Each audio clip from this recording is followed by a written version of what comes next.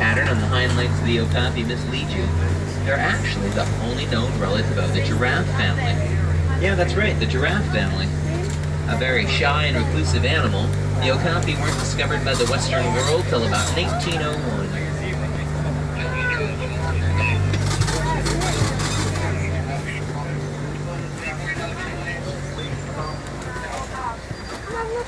Well, we're going to circle right on around the old watering hole. It's an important gathering place for many of the animals here in the reserve, and it's usually our best opportunity to spot those rare and endangered species, like the big, powerful black rhinoceros. The black rhinos have a hide over 1 inch thick. They can charge at speeds of over 35 miles an hour, and they can repel any predator except for man. Unfortunately, though, the black rhinoceros have been hit hard by the poaching. There's less than 5,000 black rhinos left in the wilds of Africa today, so we're pretty lucky to see this big, beautiful creature. We'll pause here for a moment so we can get a picture.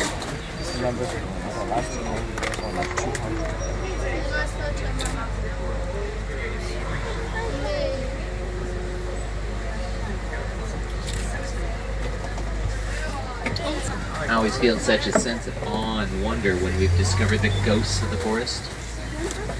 The bongo have those big heavy horns that tilt back on their head.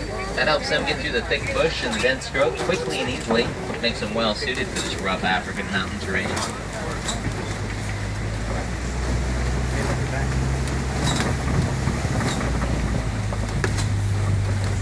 Right up there at the top of the hill, that's a big black and white bird. That's a saddle-billed stork. The saddle-billed storks get their name from the yellow patch on their bill that resembles a saddle. But we're going to head on down to Sape River and see if we can spot some Nile hippopotamus. Even if we don't see any Nile hippopotamus, that doesn't necessarily mean that they're not there. See, the Nile hippopotamus spend a good majority of their days submerged under the water, keeping those big bodies of theirs from really overheating. And when hippos are submerged, they can hold their breath about 5 to 8 minutes at a time.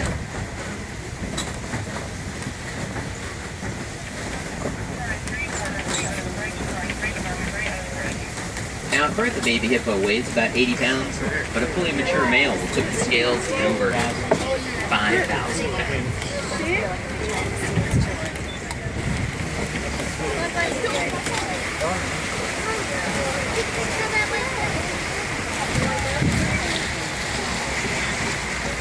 Now, the Nile hippopotamus are nocturnal creatures, so they sleep most of the day.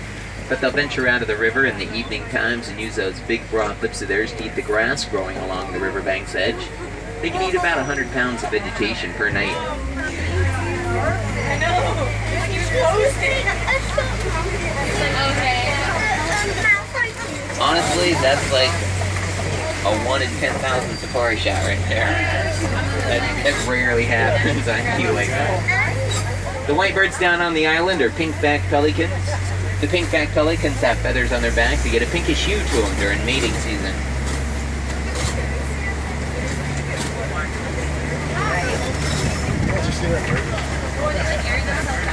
Yes. Just up ahead, there's a rickety old bridge, and underneath that rickety old bridge is a basket of Nile crocodiles. Nile crocodiles are so large and aggressive that they can eat prey nearly twice their size.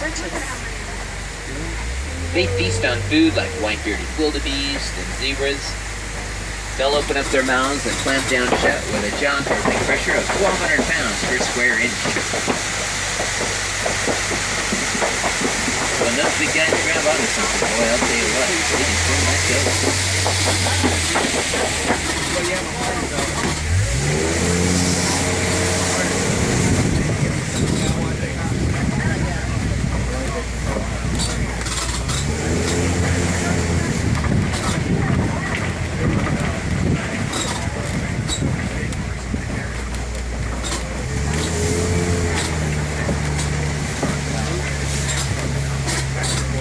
Well, we're about to leave a Turi forest and we're going to head off into the savannah.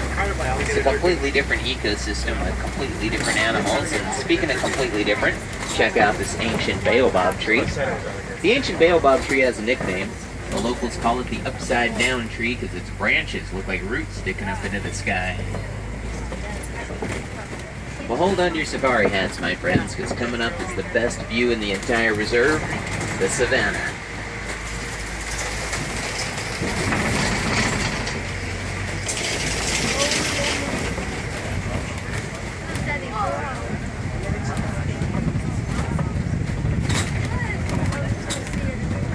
That's right, my friends. The Serengeti grasslands stretch for hundreds and hundreds of miles across East Africa.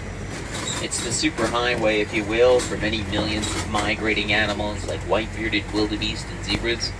It's also home to our more famous residents like lions and elephants. It's all part of the wild Africa that we've been working hard to protect, conserve, and save. Now there's a couple of gazelles just past all these tall dry grasses. Those are springbok. They have that cinnamon color on their back and black stripe on their side and a white underbelly. The springbok are amazing little creatures that can jump over 10 feet in a single bound.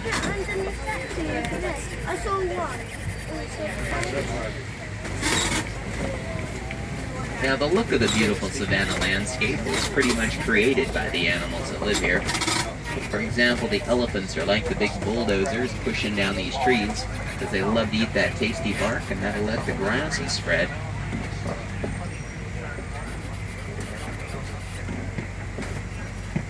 The giraffe, on the other hand, they're so big and tall. They're like the pruning shears. They eat the leaves off the trees, allowing more sunlight to shine in. The large antelope and the zebra mow down the grasses so that the new shoots can pop up. Then the little itty-bitty nibblers like warthogs and gazelles will come along and trim around the edges. In a balanced natural system, well, there's enough food for everybody.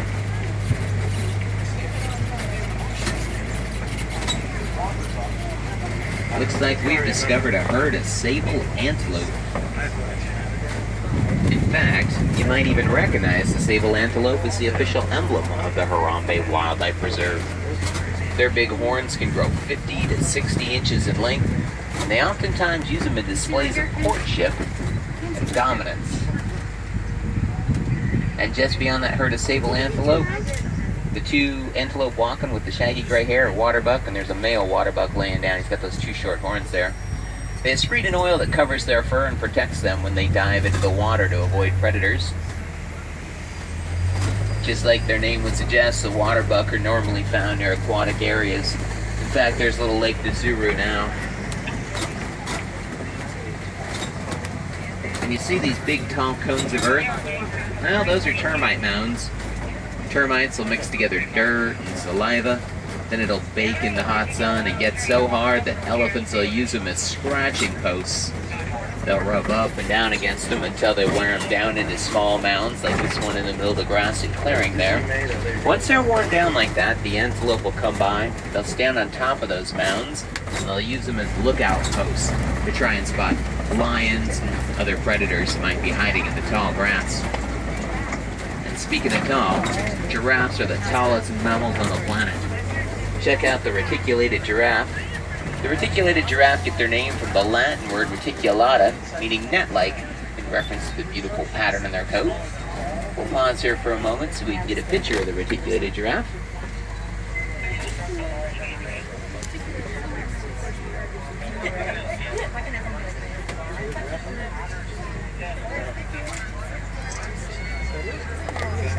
Giraffes normally spend about 16 hours a day just munching away on food.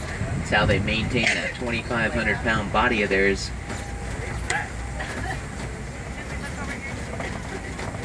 Giraffes have an 18-inch long prehensile tongue. 18 inches is about from your elbow to the middle of the end of your finger. Prehensile means they can wrap around branches and strip off leaves. They're perfectly suited for life out here in the savannah.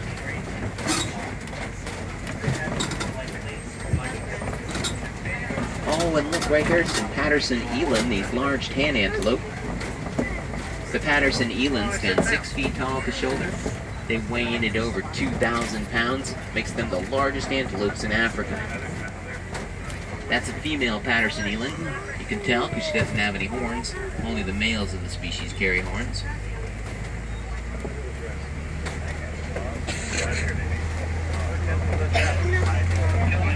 And out by that tree, under the shade of that tree, just directly in front of the truck, there's some white-bearded wildebeest. The white-bearded wildebeest are part of the largest herd migration left in Africa. With their dark faces and their sinister look, their name is literally translated wild beasts. A little baby giraffe on the island of palm trees is about 10 months old. He's a Maasai giraffe. Maasai giraffe are recognizable because their spot pattern has a jaggedy edge. And just beyond the Maasai giraffe, laying down on that island of palm trees, there's a couple of Ankole cattle. Their big horns are 5 to 6 feet in length and about 20 inches in circumference at the base.